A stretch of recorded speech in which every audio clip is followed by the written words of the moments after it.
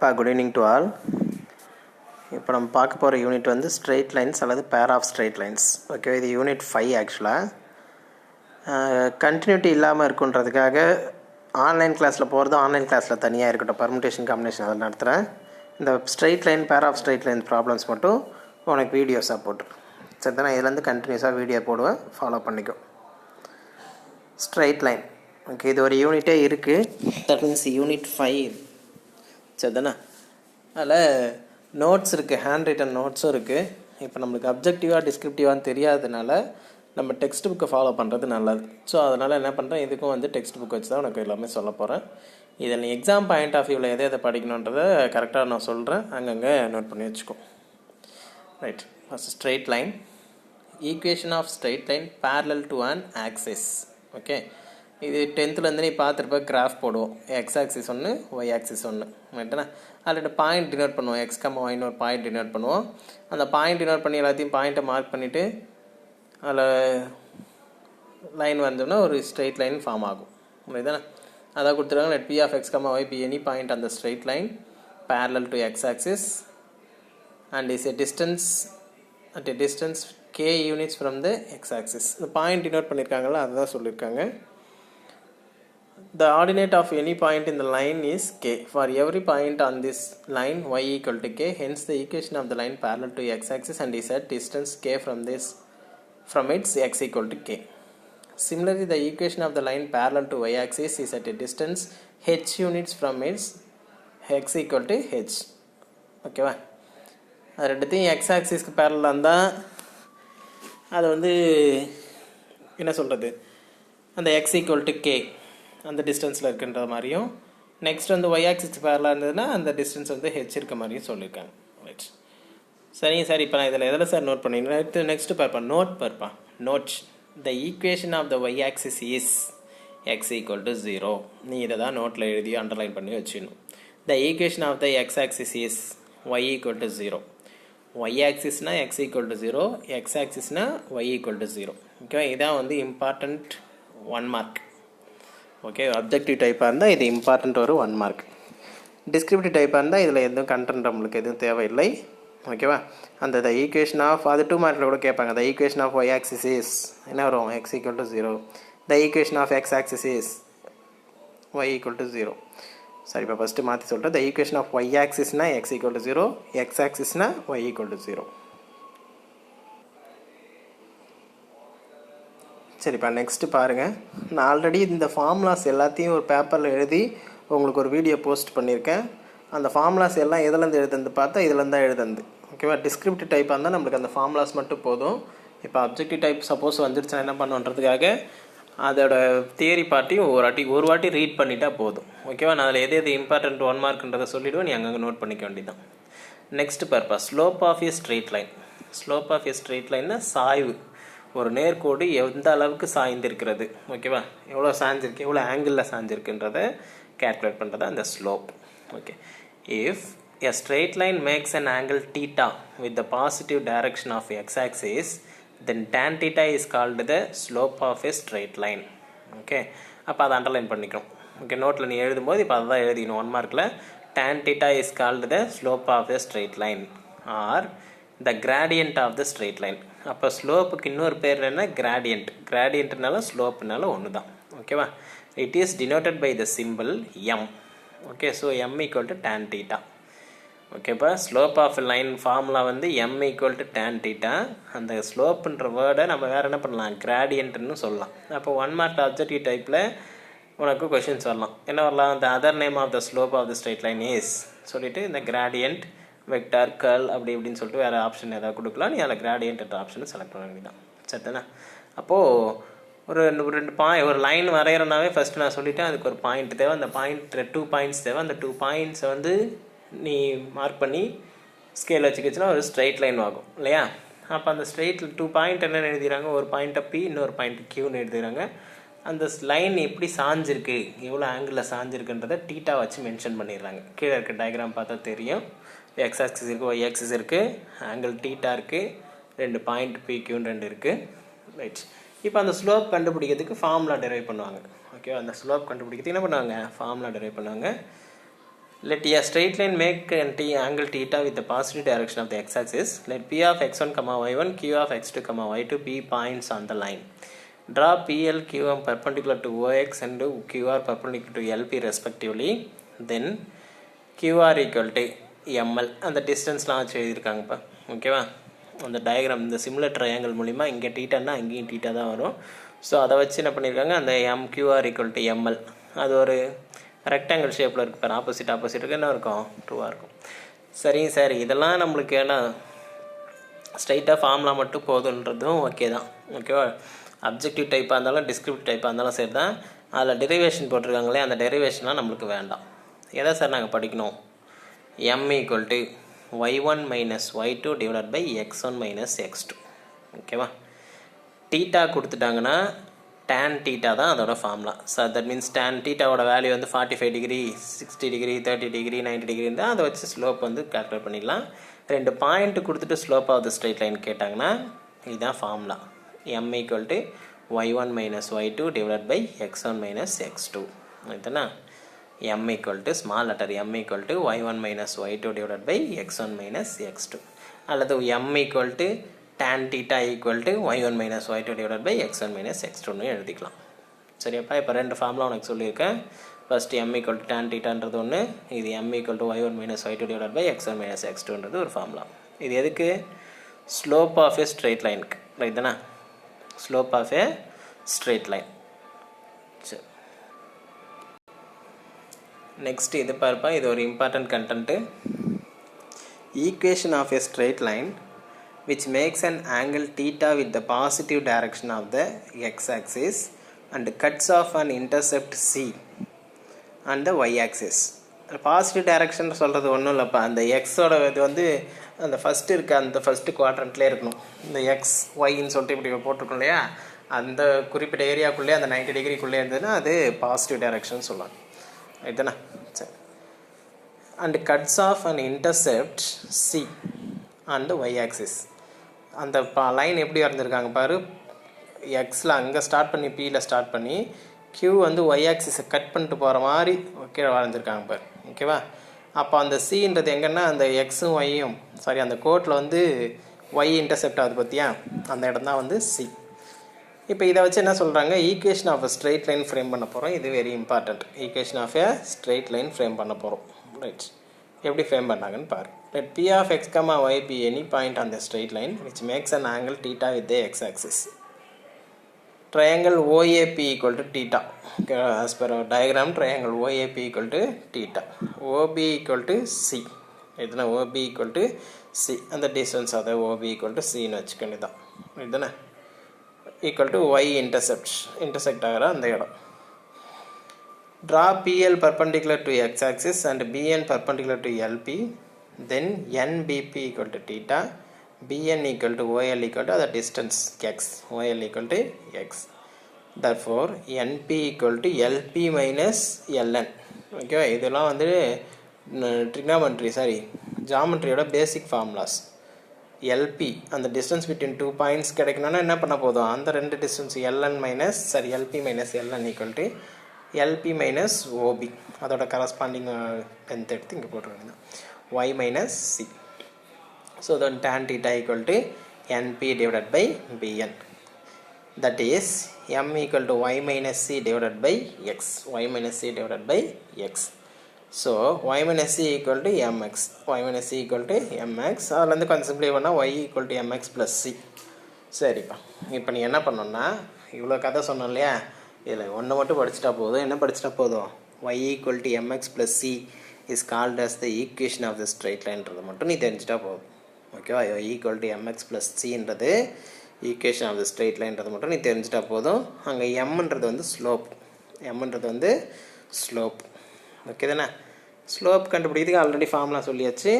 இப்போ இந்த straight line equation of straight லைன்லேயே என்ன இருக்குது, ஸ்லோப் இருக்குது. ரைட்.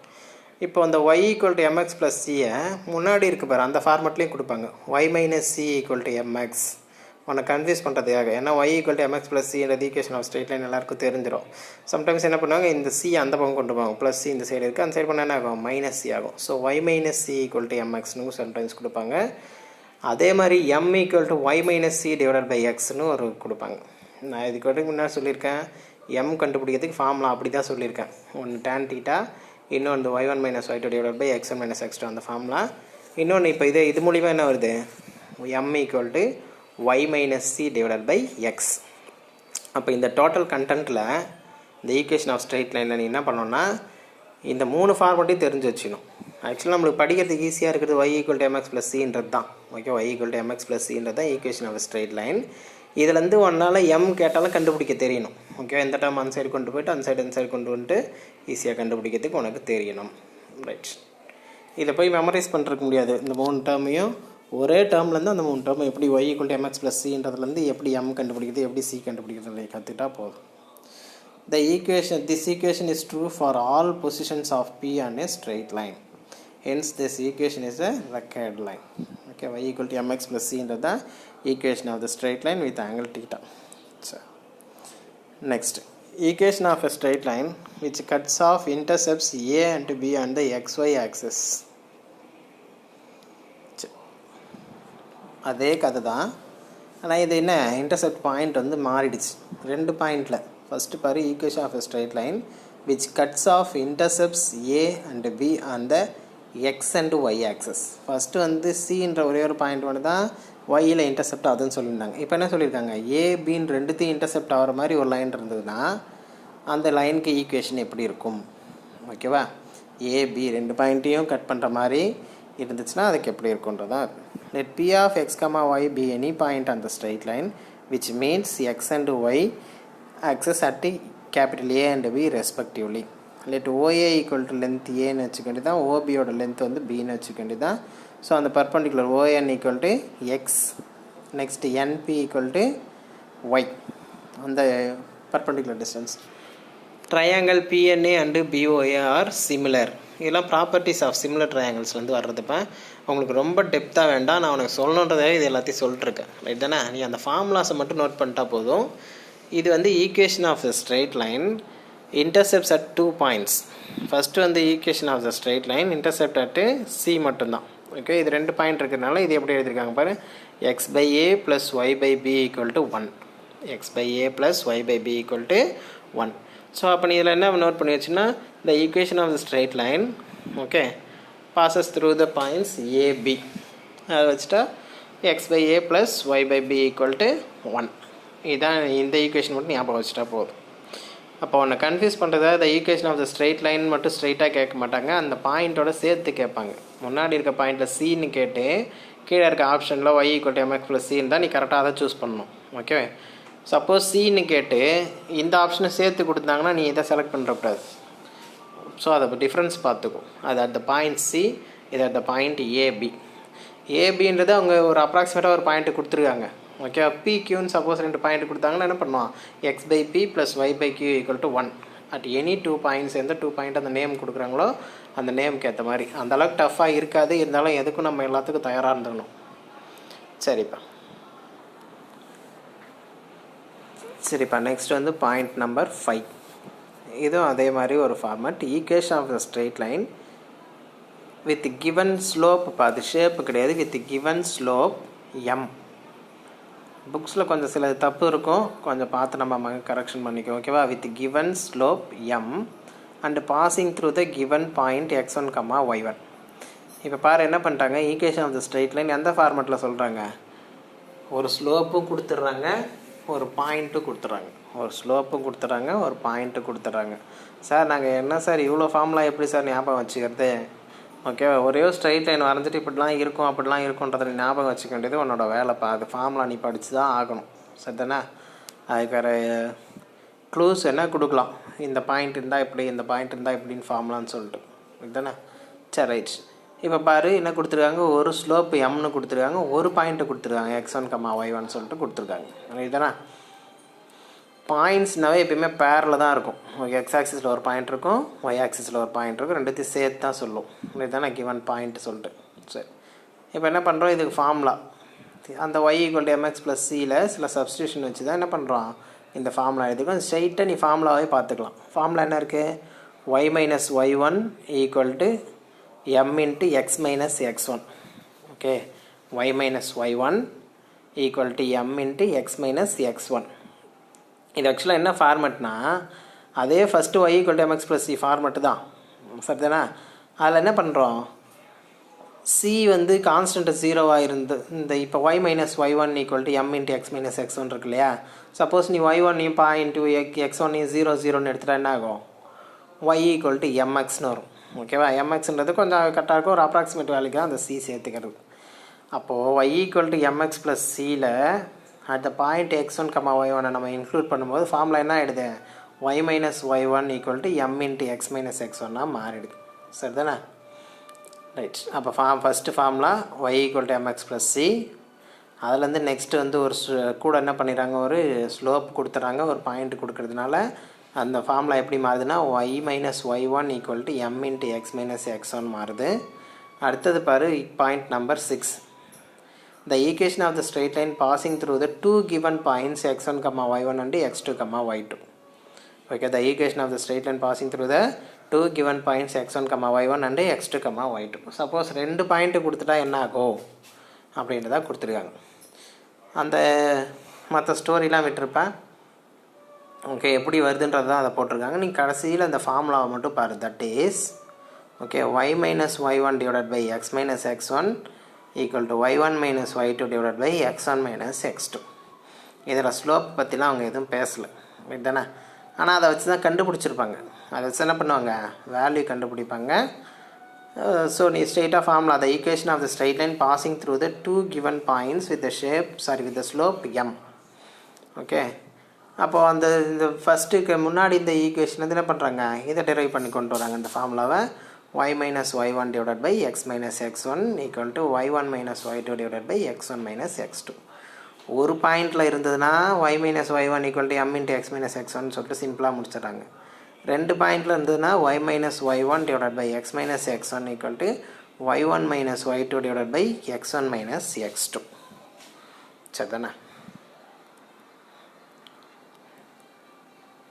இப்போ நம்ம பார்க்குறது எல்லாமே டிஸ்கிரிப்டிவாக இருந்தாலும் இதே ஃபார்மெட் தான், அப்ஜெக்டிவாக இருந்தாலும் இதே ஃபார்மெட் தான். நீ எப்படியா இருந்தால் ஃபார்முலாஸ் படித்து தான் ஆகணும். ஓகேவா, அப்ஜெக்டிவாக இருந்தால் இந்த அதர் நேம்ஸ்லாம் சேர்த்து படித்தாகணும். டிஸ்கிரிப்டிவாக இருந்தால் அந்த ஸ்ட்ரெயிட்டாக ஃபார்முலாஸை மட்டும் சேர்த்து படிச்சுக்க வேண்டியது தான். இதுதானே சார், ரெண்டுத்துக்கும் சரியாக தயாராக இருந்துக்கும். 10 மார்க்கு 5 மார்க்லாம் எப்படி சம்ஸ் வந்து அட்டன் பண்ணுன்றது நான் உனக்கு சொல்லித்தரேன். ப்ரீவியஸ் கொஷின் பேப்பர் நான் ஒரு லிங்க் சொன்னேன் இல்லையா, அந்த லிங்க்கில் போட்டிருப்பாங்க. அந்த லிங்க்கில் இருந்தால் டவுன்லோட் பண்ணுங்கள். சரி, next point number 7. The equation of a straight line in terms of the perpendicular capital P from the origin to the line and the angle that perpendicular makes with the x-axis. Okay, அதே first பார்த்தோமே அதே same story தான். இதில் என்ன பண்ணிட்டாங்க, ஒரு perpendicular line ஒன்று கொடுத்துட்டாங்க. ஆரிஜின்லேருந்து ஒரு பர்பண்டிகுலர் லைனை கொடுத்துட்டு அது மூலிமா பாஸ் ஆகிற ஒரு லைனுக்கு கேட்டிருக்காங்க. ஓகே, அது மூலியமாக பாஸ் ஆகிற ஒரு லைனுக்கு ஈக்குவேஷன் எப்படி இருக்கும். இவ்வளோ நேரம் என்ன பார்த்தோன்னா equation of the straight line வந்து அந்த பாயிண்ட் பார்த்தோம், 2 பாயிண்ட் பார்த்தோம். ஓகேவா, இதில் என்ன பண்ணிட்டாங்க, ஒரு குறிப்பிட்ட ஆங்கிளில் இருக்க ஒரு பர்பண்டிகுலர் லைனுக்கு இருந்தால் எப்படி இருக்கும், ஈக்குவேஷன் எப்படி இருக்குன்றதை சொல்லியிருக்காங்க. அது சில ஃபார்முலாஸ்லாம் டெரைவ் பண்ணி the equation of the straight line capital AB is அப்படின்னு கொண்டு என்ன கொடுத்துருக்காங்க, x cos alpha plus y sin alpha equal to P. ஓகேவா, அந்த ஸ்மால் லெட்டர் பின்றது லென்த் ஆஃப் த பர்பண்டிகுலர்ப்பா, அந்த ஓலேருந்து எல்குள்ளே இருக்கு இல்லையா, அதோட டிஸ்டன்ஸு. ஆல்ஃபான்றது வந்து அந்த பர்பண்டிகுலர் லைன் எவ்வளோ ஸ்டாண்டிங்கில் இருக்குன்றது தான் அது. ஓகே தானே. ஆக்சுவலாக நம்ம டீட்டான்னு ஃபஸ்ட்டு மென்ஷன் பண்ணுவோம் ஸ்லோப்பு, அதை ஆல்ரெடி நம்ம மென்ஷன் பண்ணி போடுறோம். இது டிஃப்ரென்ஸ் காட்டணும், அந்த நம்மளுக்கு கொடுத்த ஸ்ட்ரெயிட் லைனுக்கும் இந்த லைனுக்கும் டிஃப்ரென்ஸ் காட்டணுன்றதுக்காக அவங்க என்ன பண்ணியிருக்காங்க, ஆல்ஃபா கொடுத்துருக்காங்க. So X cos alpha plus Y sine alpha equal to P. X cos alpha plus Y sine alpha equal to P. இது எதுக்குப்பா, the equation of the straight line in terms of perpendicular from the origin to its line and the angle that perpendicular makes with the x-axis. Right. Next, point of intersection of two lines. Point of intersection of two lines. First வந்து two line எப்படி எடுத்துறாங்க பாரு, a1x plus b1y plus c1 equal to 0ன்னு எடுத்துருக்காங்க.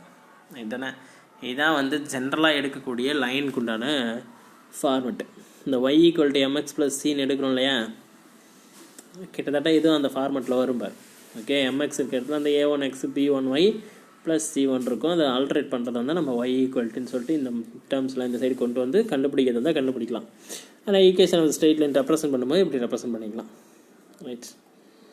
Point of intersection of two lines, ஏதோ ரெண்டு line கொடுத்துட்டு அதோட point of intersection கேட்குறாங்க. இப்படி கிராஸ் மாதிரி 2 லைன் போடுறோன்னு வச்சுக்கோ. ஆக்சுவலாக இதில் டயக்ராம் இல்லைப்பா. சப்போஸ் இருந்ததுன்னா நீ கிராஸ் மாதிரி 2 லைன் போடுறேன்னு வச்சுக்கோ. L1 L2 2 லைன் எடுக்கிற, அது 2 இன்டர்செக்ட் ஆகிற இடம் இருக்கும் இல்லையா, அந்த இடத்த கண்டுபிடிக்கிறது தான் இந்த பாயிண்ட் ஆஃப் இன்டர்செக்ஷன். எப்படி கண்டுபிடிக்கிறாங்கன்றதை பார். என்ன ஃபார்மெட்டில் இருக்கணும் அது? ax1 + by1 + c1 = 0 அல்லது a2x1 + b2y1 + c2 = 0.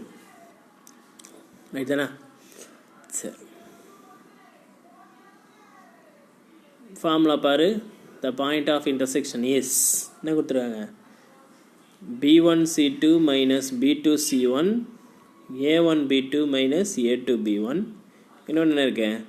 c1a2 - c2a1 a1b2 - a2b1. இது கொஞ்சம் நீ மெமரைஸ் பண்ணிக்கணும்ப்பா. இது கொஞ்சம் இம்பார்ட்டண்ட்டு தான். இது மெமரைஸ் பண்ணாதே இதில் வேறு எதாவது பண்ண முடியுமா, டிட்டர்மினன்ட் ஃபார்மெட்டில் எழுதுனா வருமா அப்படின்றத செக் பண்ணி பார்த்துட்டு நான் அவங்க சொல்கிறேன். ரைட்டுண்ணா? வரும். டிட்டர்மினன்ட் ஃபார்மெட்டில் எழுதுனா கண்டிப்பாக வரும். சரிதாண்ணா?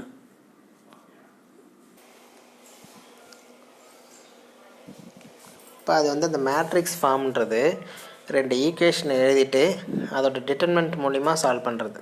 ரைட் தானே? நீ என்ன பண்ணுற, இதிலே பாரு, மேலே பாரு, அந்த ஈக்குவேஷன் 2 ஈக்குவேஷனை பாரு. அதில் வந்து என்ன பண்ணுற, இப்படி கிராஸ் மல்டிப்ளை பண்ணிக்கோ. b1c2 - b2c1 divided by a1b2 - a2b1. புரியுது என்ன சொல்கிறேன்னு? அந்த ஈக்குவேஷனோட ஃபஸ்ட் ஆஃபை நியூமினேட்டர்லையும் செகண்ட் ஆஃபை டினாமினேட்டர்லையும் எழுதிக்கும். ஒரு கம்மா போட்டு நெக்ஸ்ட் என்ன பண்ணணும், அதே மாதிரி இந்த ரெண்டுத்துக்கும் c1a2 b1 விட்டுட்டு c1a2 - c2a1 அது ரெண்டுத்தையும் கிராஸ் மல்டிப்ளை பண்ணிக்கோ. Divided by a1b2 - a2b1. சரி தானே? இப்படியே எழுதிக்க வேண்டியதுதான் நம்ம. இதான் point of intersection of 2 lines. Sum போடுவோம், உனக்கு நல்லாவே புரியும். சப்போஸ் ஒன்று எக்ஸாம்பிள் அப்ஜெக்டிவ் டைப்பில் கேட்டாங்கன்னா எழுதுறதுக்கு உனக்கு தெரிஞ்சிடணும். அங்கே a1 b1 தான் இருக்கணுன்ற அவசியம் இல்லைப்பா. சில பேர் PQRன்னு கொடுத்தும் கேட்பாங்க.